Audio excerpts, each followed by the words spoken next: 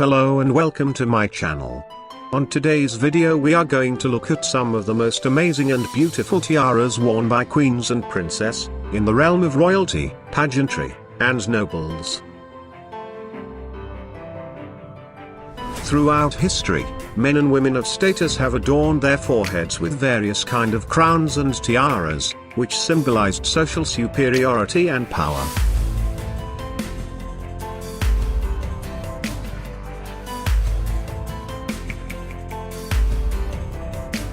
The fashion of wearing precious tiaras has fluctuated with history and gone in tandem with society's appetite for egalitarianism or elitism, but it has not vanished.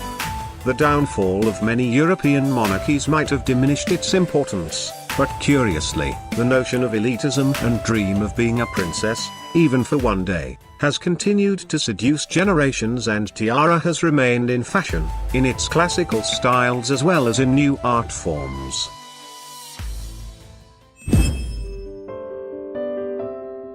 Most royal watchers instantly recognized the glittering diadem as Queen Mary's lover's knot tiara, often shortened to the lover's knot. The lover's knot tiara was commissioned for Queen Mary in 1913 from Britain's House of Garrett. It consists of diamonds and a collection of 19 hanging pearls, all set in silver and gold. Later it was handed down to Queen Elizabeth. She then eventually gave it to her daughter-in-law, Princess Diana. It was through Diana that lover's knot became one of the most recognizable pieces of jewelry belonging to the British royal family. She famously paired it with a white, pearl-encrusted Catherine Walker ensemble while visiting Hong Kong in 1989. Upon her divorce from Prince Charles, the tiara was returned to Queen Elizabeth as part of the divorce deal. Kate Middleton didn't wear the lover's knot tiara for the first few years of her royal tenure. On her wedding day, Kate Middleton wore the Cartier Halo tiara.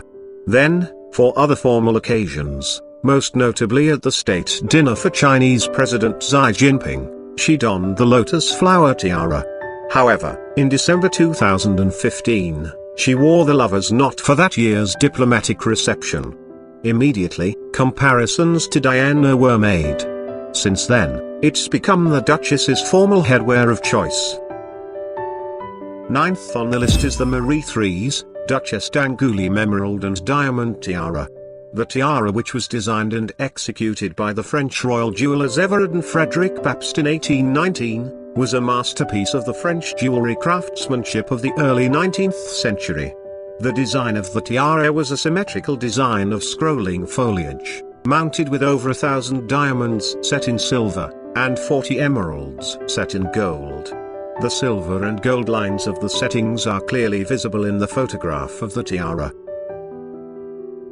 The tiara survived the French Revolution and was hidden away together with other royal treasure. Eventually the tiara was sold in an auction to an English aristocrat.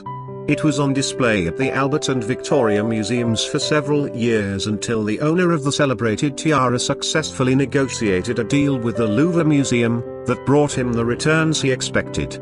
Thus the emerald and diamond tiara of the Duchesse d'Angoulême, Marie Threes Charlotte, the only child of Louis XVI and Marie Antoinette to survive the French Revolution, finally became the property of the Louvre Museum, where it is displayed today. Eighth on the list is the Lynn Aquamarine Tiara. A tiara that comes to us courtesy of the Belgian noble house of Lynn.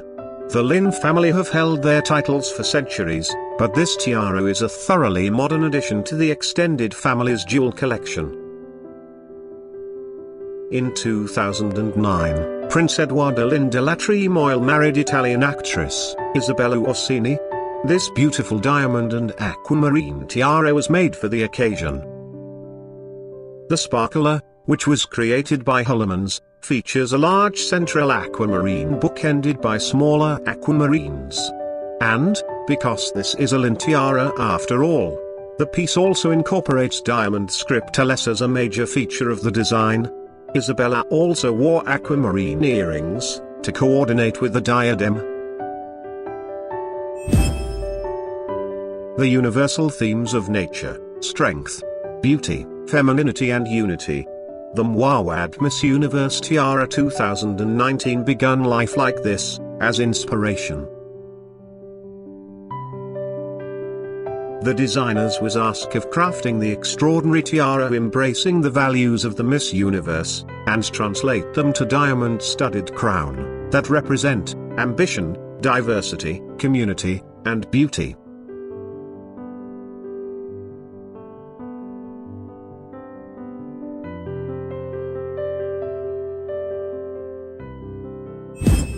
This tiara came to life in a meticulous process that combined the artistry and creative vision, using technology, master craftsmen, and the expertise to source and polish diamonds to the highest standard. The tiara's name, The Power of Unity, is meant to celebrate a woman for being complex, diverse, unapologetically ambitious, and strong. The interconnected line motifs are meant to represent the community of women from around the world whose band unite them, and reminds us that we are stronger than apart. Sixth on the list is this beautiful emerald tiara from the collection of Princess Katharina Henkel von Donsmarck in the 1900s. I think it is difficult to exaggerate the importance of this emeralds. This is undoubtedly the greatest raw of original fabulous stones, 11 of them perfectly match. And what is extraordinary, is that, if you want to describe it to somebody, what color the great emerald is, you would point at these stones. They are like green berries, it's what is known as the old mine material. The emeralds itself is absolutely remarkable. It is estimated the weight to be well over 500 carats, which is a huge amount. They would have been mined in Colombia, probably in the 16th century, and they would have been traded with India. The emeralds are typical of a way of wearing emeralds in India in the 17th century, cutting them in a way of almost rolled pebbled beads, and characters will be drilled along the main axis, with this rather thick drill holes. So, one can easily imagine that this could worn around the neck by a Maharaja or a prince. And then, subsequently finding its way into France in the turn of the 19th century. There's really no period in European history where jewelry was more glamorous and more abundant than the better part of end of the 19th century. Prince Guido Henkel von Donsmarck was at that time the richest man in Germany and one of the richest men in Europe. In 1887 he married a Russian aristocrat, Katharina Sleptsov, and this tiara was commissioned for her as a gift. Donsmarck commissioned this tiara from Chaumy. The design of the tiara, the base of the tiara is typical of the late 19th century. Very delicate garden forms set in diamonds and studded with this large cushion pale yellow diamond, which contrast perfectly with the emeralds. Fifth on the list is the Queen Alexandra's Kokoshnik tiara. There are so many reasons to love Queen Alexandra's Kokoshnik. It's an utterly classic tiara from a design perspective. It's a literal wall of diamonds. It has a fascinating Romanov-related backstory.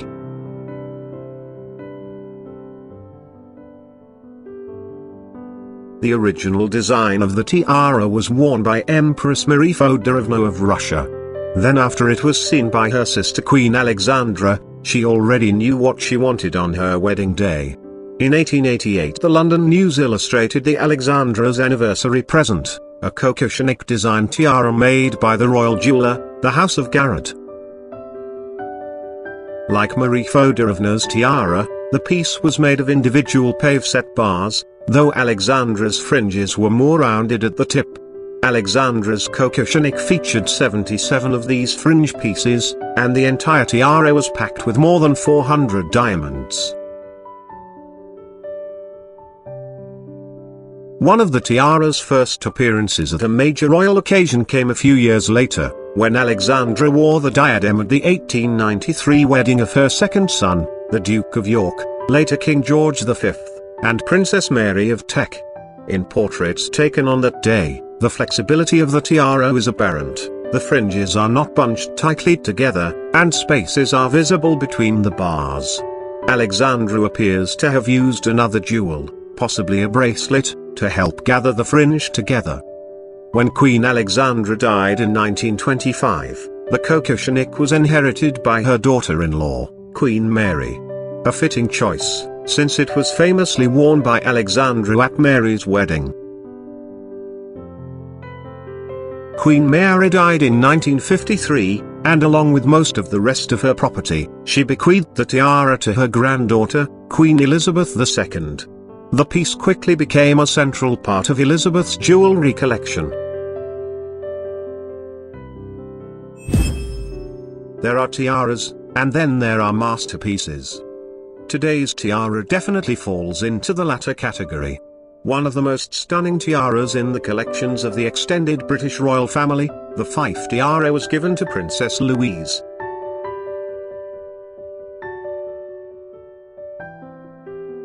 Princess Louise is the granddaughter of Queen Victoria, and she was the eldest daughter and third child of Albert Edward, Prince of Wales, and Princess Alexandra, who later became Edward VII and Queen Alexandra. The Fife tiara is made on an extremely intricate and delicate frameworks, and it contains diamonds ranging in weight from 1 to 10 carats. It was made in 5 pieces, and almost like one now.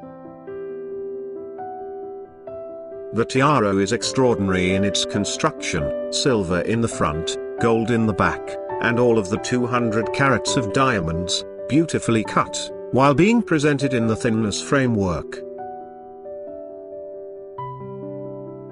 But what really extraordinary is the tiny pivots in which the pear-shaped diamonds are presented, and they would have caught the light. When Louise, Duchess of Fife, worn it, it would be an extremely beautiful to behold. Third on the list is the Brazilian aquamarine tiara. Most of the sparkling tiaras worn by Queen Elizabeth II of the United Kingdom were legacies from queens and princesses past, but a few of them have been hand-picked or commissioned by the Queen herself. Today's tiara, the Brazilian aquamarine, was ordered by the Queen as a part of an evolving parure of jewels. The Brazilian aquamarine parure didn't start with a tiara, it began with a necklace and a pair of earrings.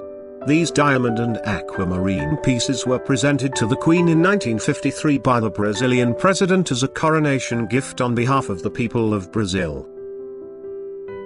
By 1957, the Queen had also commissioned Garrett to make a tiara to match the aquamarine dame parure. The tiara featured an elaborate diamonds and aquamarine band base, with 3 aquamarine and diamond elements placed at intervals. The Queen has worn the tiara fairly consistently since its overhaul, even though it's now one of the tallest and most imposing diadems in her collection. The last time we saw her wear the tiara in public was during the Commonwealth Heads of Government meeting in Australia in October 2011. Queen Victoria and Prince Albert's shared love of art and design resulted in many an exquisite treasure, including jewels like her sapphire coronet and the Oriental circlet. "Albert has such taste and arranges everything for me about my jewels," Victoria wrote.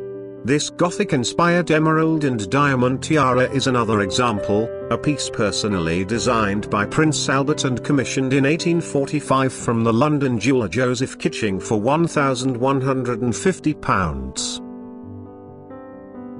The tiara, nearly a full circlet in shape, has a base of cushion-shaped diamonds and step-cut emeralds topped by a graduated row of 19 inverted pear-shaped emeralds.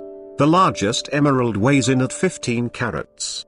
The tiara completed a parure of emeralds and diamonds previously gifted to the Queen by her husband, including a necklace with 9 clusters of emeralds surrounded by cushion-shaped diamonds, a pair of pendant earrings, and a brooch featuring a 20-carat emerald. Queen Victoria was thrilled with her emerald tiara gift, referring to it as a lovely diadem of diamonds and emeralds designed by my beloved Albert, and writing of her husband's wonderful taste in her journal.